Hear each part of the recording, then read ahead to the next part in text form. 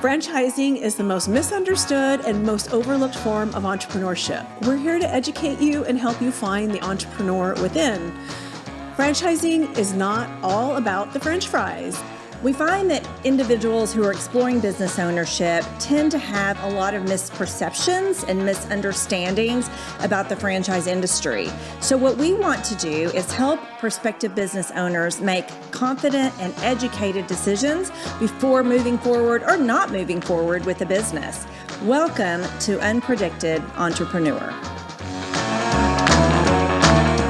Hello, and welcome to episode 99 of Unpredicted Entrepreneur. My name is Sarah Wasco, and I am joined by my colleague, Roxanne Rapsky. And we created this podcast to bring you information and education about franchising and all things related to business ownership.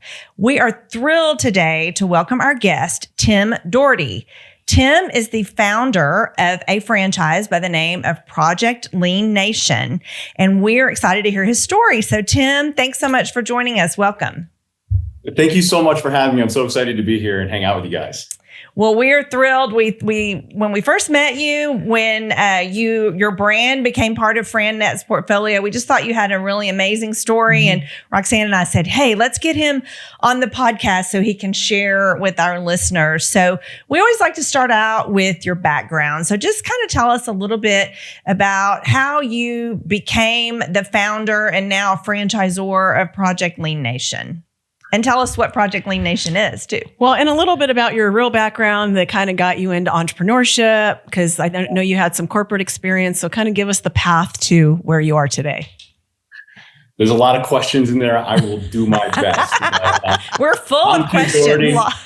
Yeah, there's a lot to cover there, but I'll do my best. And I'm Tim Dougherty, father of two. I have a daughter named Sydney. She's 17, and a son named Connor. He's 20. Those guys inspire me to do all that I do. My path to Project Lean Nation and franchising was unpredictable, I guess. I started off as a student. I grew up kind of in a rocky situation. I'll spare you the details, but school was always a real big challenge for me, and I had like the alphabet soup of diagnoses and all the things that I thought put me at the back of the line then are like became my superpowers later in life. But that kind of put me onto a track where I was kind of wrong side of the tracks, hanging out in the wrong group. And when I was about 19 years old, half the people I knew went in one direction and half the people I knew went to the gym. And the people that went in the other direction, they didn't make it. Fortunately, I was in the group that did.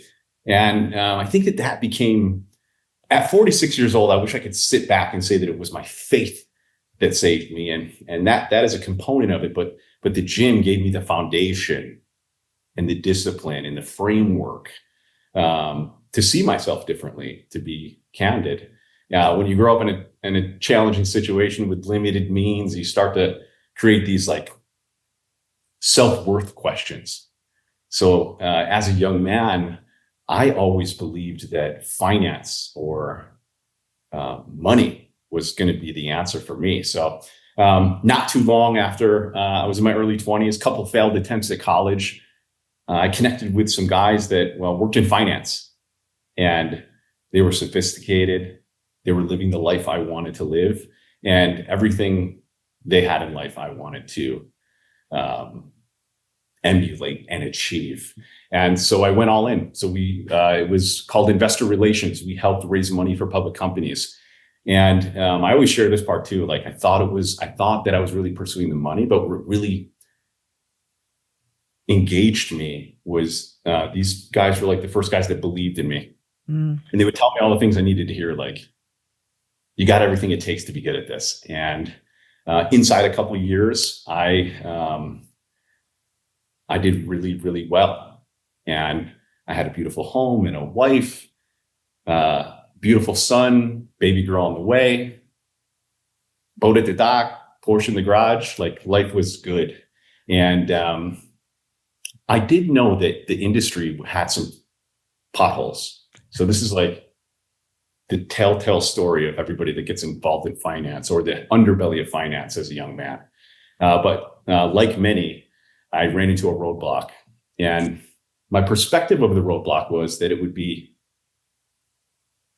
something civil. And in 2008, FBI shows up in my office, bangs on the door, tells me the good news. They say,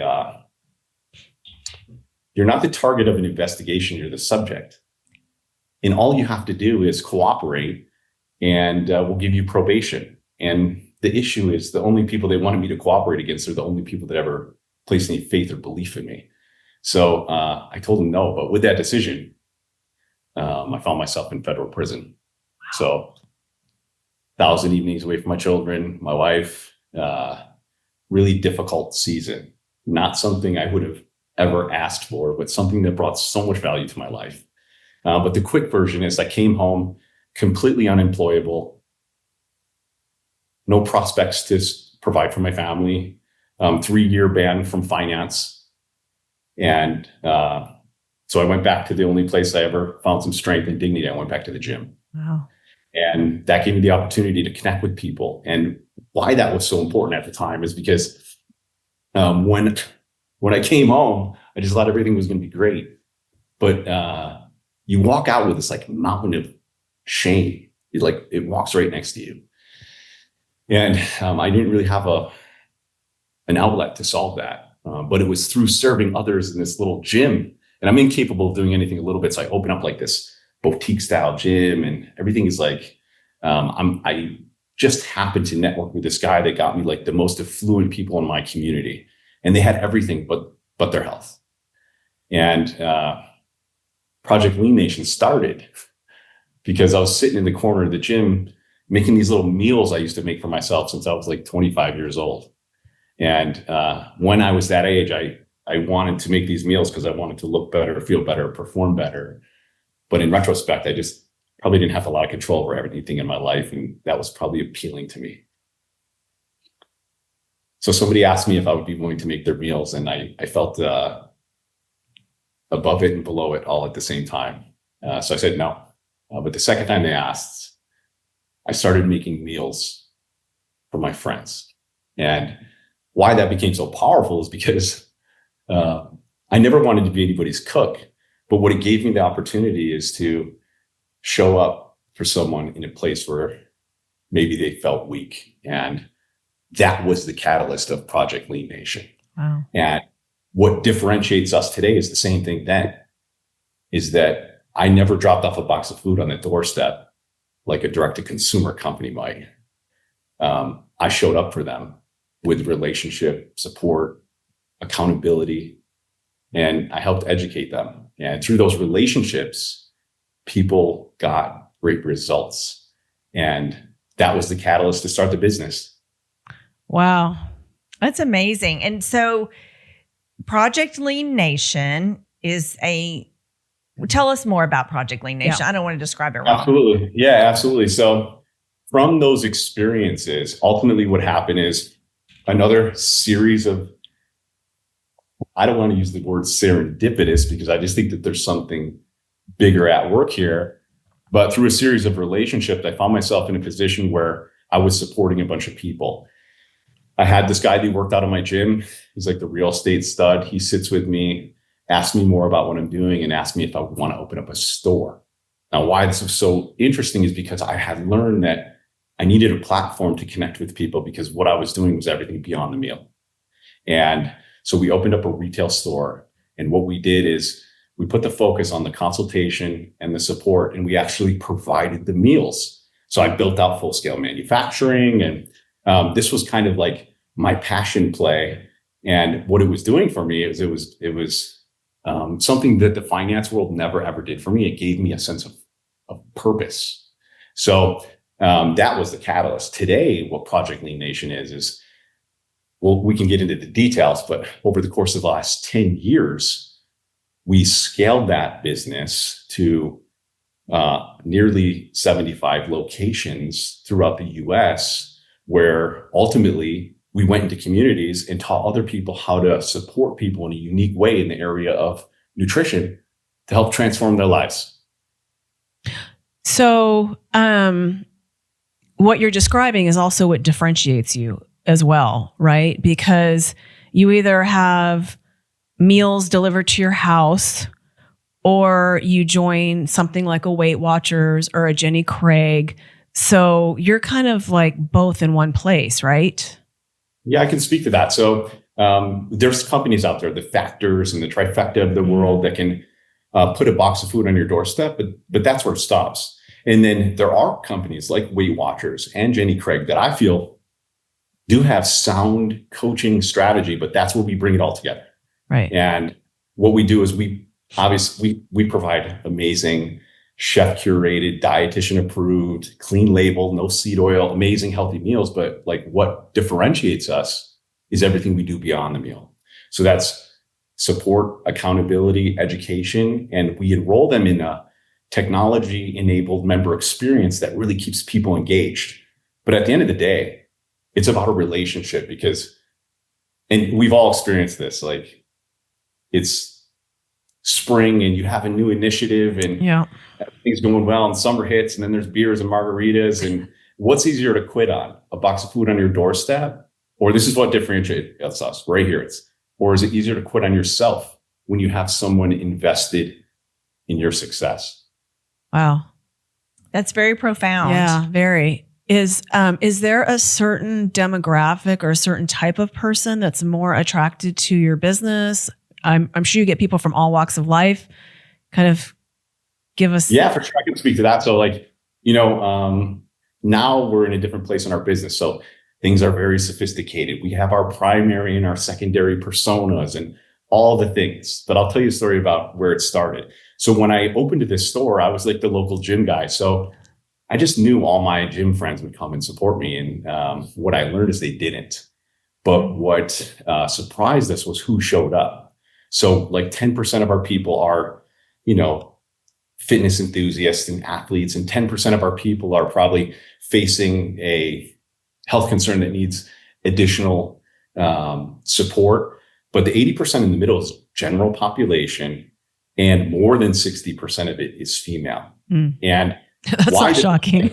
Yeah. Like why it was such a learning to me is, and I'll share a quick story. I had a woman sit down with me who was open and honest with me about her challenges with nutrition and gave me a new perspective. But what she also shared with me is said, hey, when women are feeling not their best and they have to come here and share what their challenges are, we always meet them with empathy and compassion. But what we didn't realize is that how we were marketing, it was like me and my gym buddies and pictures in the gym. It didn't speak to them or make them feel good. And so our consumers helped us better position ourselves to support the people we truly serve and have the biggest opportunity with. Wow. That's awesome. So I know you started doing this, just for your friends and family, and then you were doing it out of your garage, right? And it grew to a point where you decided, okay, this is a real business. And then you decided to franchise. So tell us a little bit about that journey.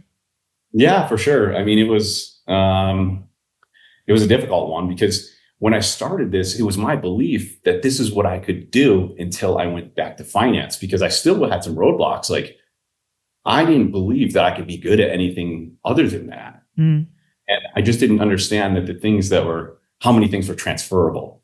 So that was the first hurdle. But yeah, I started in my garage. I bought every freezer on Craigslist.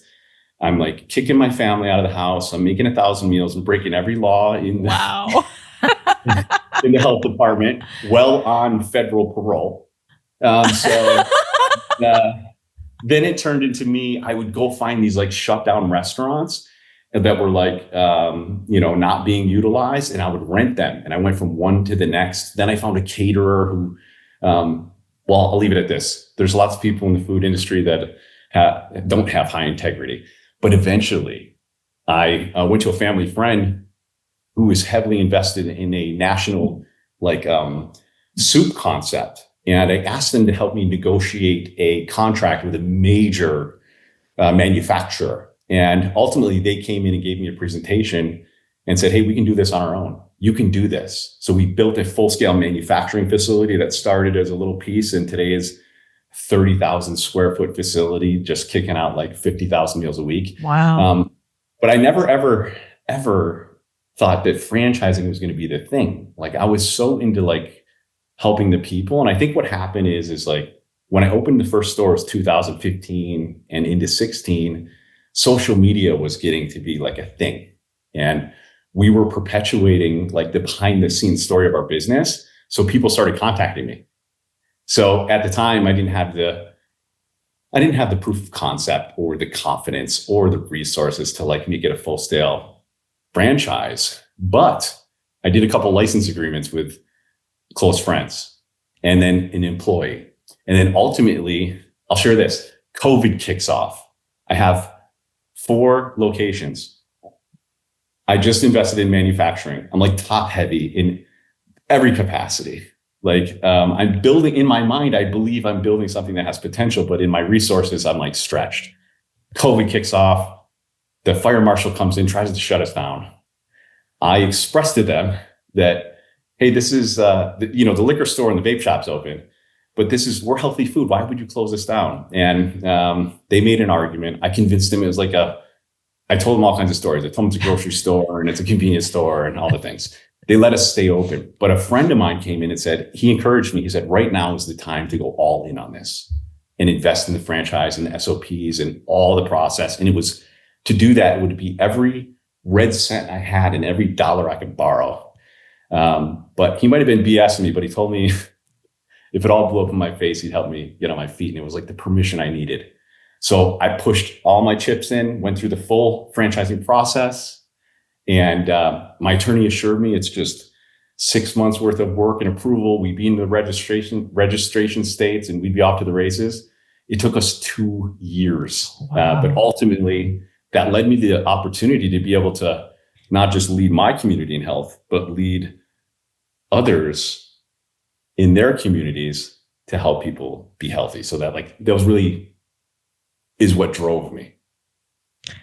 That's quite the story. So it took you 2 years to become a franchisor. And how did your role change? So we always, say that if you're really loving what you're doing, you're not ready to franchise yet because you don't get to keep doing the thing that you love as the owner of your business once you become a franchisor. So tell us a little bit about that path. Yeah, I mean, what drew me to this was connecting with the people, challenging their beliefs, cultivating a relationship, and then giving them guidance so they can get a new outcome in their life. And then the next phase of that was like me trying to teach other people how to do that, like my team. And there came this day when I realized that me and my presence in the store, I was like in the way, but it was like what fueled me. So I took a backpack and I put my computer in it and I went to the Starbucks down the street and I sat there for 5 years. And I did that. I thought you were going to say 5 hours. 5 days. I don't know. No, I was there when the A shift came in. I was there when the B shift came in. Oh my goodness. There. So I just had like a table. And what I was doing is I was working on the things that could potentially scale the business and the education and the systems and we had every challenge. I had no business doing any of this, like supply chain logistics, manufacturing, technology. I have no qualification other than the fact that I just felt led. What the challenge in that for me was, I feel like my level of leadership needed to grow a lot to be able to lead in that way. And I had a lot to learn. But I did have the humility to be a student, because I believed since the beginning that this was a big thing. And, I just didn't have the tools to do it. So I spent most of my time learning and most of my time building the tools to support the growth. And speaking of growth, today you had some great news for us. So share that. Yes. Yeah. I mean, I think that, I've been working on this for almost for a decade straight. That's it. Every day of the week. I don't have investments, Airbnbs. I don't do anything but this. And it was slow going and it was hard, but I think I kept hearing these franchising success stories, like, hey, this guy opens a gym and then he has 100 units in 2 years. And I think that there was a different design for us, that we needed to have a greater, deeper foundation. So I've been working on it for a decade. From 2022 until now, we opened up about another 30 locations. And then like getting leads. And I had learned that for me to go out and tell the whole world about what I'm doing was going to take me away from doing what I'm doing. And that put us into a situation where we were able to get into some networks where we could find potential prospects. But in January, we started a big push. And just in the last 60 days, we sold more units than I sold in the last 2.5 years. So we're chasing down the 100 units, and but not because number of units is important to us, like the depth of what we believe can happen as a result of that. So like my store in New York, Rochester, New York, does the same revenue as a well-performing McDonald's. So like if I can offset one McDonald's in every community across the country, that would be a wildly impactful, meaningful journey for me. Wow. Yeah. That's very impactful. So I would like for you to share, you just had obviously some exponential growth over the last few months. What are you looking for in your franchisees? What makes an ideal franchisee for you that you would want to welcome in to Project Lean Nation, to share healthy meals, coaching, education about health and wellness in their communities? And to be part of your culture. Yeah, that's such a great question. First, let me preface it by saying this. I didn't have that as defined as I have it today when I started this. Of course not. So that's been a journey, learning about who I work best with, who our team works best with, who executes at the highest level. So there are some things that are really consistent in the highest performing franchise partners, the people that it's most rewarding to. Is number one, they have to have a desire to serve others. But when I looked at all my people, and I look at the people that I believe are going to do the best, like I'm looking for the mom who is purposeful and ready to lead. I'm looking for maybe the executive dropout who's tired of the grind and building something for someone else, who wants to take that knowledge and capacity and everything they learned and build something meaningful for themselves. Something meaningful that also has a margin, because I want it to be economically successful for them. But I'm looking for the people who have the confidence and capacity to lead others. The things that are consistent amongst the highest achieving franchise partners in our system is they all have this like internal sense of urgency. And I think that that's part of our culture. It definitely lives in me. Does that answer the question? It does. It's a great answer. Very well. Yeah. So, Tim, if somebody is thinking about either becoming, wanting to own a business or becoming a franchisee, what is a big tip, or you can share more tips that you would want to pass along to someone who might be thinking about this business ownership journey? Yeah, well, I mean, another big question, right? So, I think if you are pursuing business, it's going to take some steps of faith, right? So if you have the opportunity to do something from the start, like I did, I had to get a lot of black eyes, bloody noses, stubbed toes, all to put myself in a position where I could educate someone on a clear path. So I do think franchising is a really proven strategy. Now, you obviously have to find the system that's right for you. So I think that it's really important to find the right culture fit of the leadership team. I also think that it should be something that's meaningful to them, right? So I think that there has to be some purpose and meaning behind the concept, and it has to speak to them. But the number one tip that I would do is that, like myself, there was times in my life where I felt paralyzed because I was rehearsing my past. And I thought that was going to prevent me from doing something in my future, or I was scared, or I didn't have the right resources. So my recommendation or tip would be, do it scared. If you don't have the resources, pursue it. Maybe they'll line up for you. That's kind of how the world works. Like when you pursue something with purpose, everything you need to execute that starts to be illuminated in your life. So I think that the tip is do it anyway.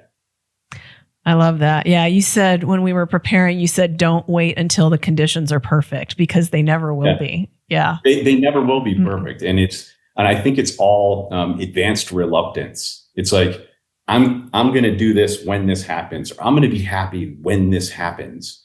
And I think that everything, like the work that I did, it worked on me more than it produced the result. So if I didn't take intentional steps and stub my toe and do all the things, then I would have never cultivated the capacity or perseverance to build anything. So I think it's just important to take that step. Well, and you truly are, we talk about this a lot. Sarah brought this up last night even. You really are an innovator, and not everybody is an innovator and has the ability to take all the hard knocks and take all the time and do what you did.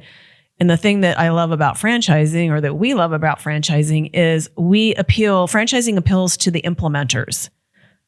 So you franchisors, true entrepreneurs, they're the innovators. They take all the time and effort and make all the mistakes and learn all the things. And now they have this well-oiled machine, and it's ready to go for the people that can implement. Yeah, no, I love that. And I can speak to how that shows up for us. So initially, when I was looking for franchise partners, I thought that the entrepreneurial person was who I was looking for, but I wasn't. It's the person who can execute, the person who finds comfort in the plan, but I wholeheartedly agree. Yeah, you don't want the person that's going to come in and tell you everything they don't like about it and how they want to fix it, right? Exactly. Tim, we need to do it this way. If you follow the playbook. Awesome. Well, so if somebody wanted to get a hold of you, how would they reach you? If they were interested in learning more about your business or becoming a franchisee, how would they reach you? Yeah, of course. Well, like if they want to know me personally, or get like kind of the behind the scenes look at what building this looks like, they can follow me on Instagram at PLNTim. And if what I shared, if anything about what I shared is compelling to them, or they'd be interested in hearing more about the Project Lean Nation franchise opportunity, my recommendation would be to contact you, and you can connect them with me. Awesome. Thank you for that. Yes, we'd be more than happy to help you find some good franchisees that are ideal candidates for everything about you, including your culture. So for those of you listening today, well, thank you. We want to thank Tim, first of all, for your time. We know you're really busy, so we appreciate you sharing with us today. Anyone listening, thank you for listening in. Please follow Sarah and I on LinkedIn. We're very active there. I'm Roxanne Rapske, Rapske. She's Sarah with no H, Waskow, Waskow. You can also learn more about us on frannet.com and on our YouTube channel at Frannet of Dallas and Fort Worth. And last but not least, you can learn more about Unpredicted Entrepreneur on any of the podcasting platforms. So thanks. Bye.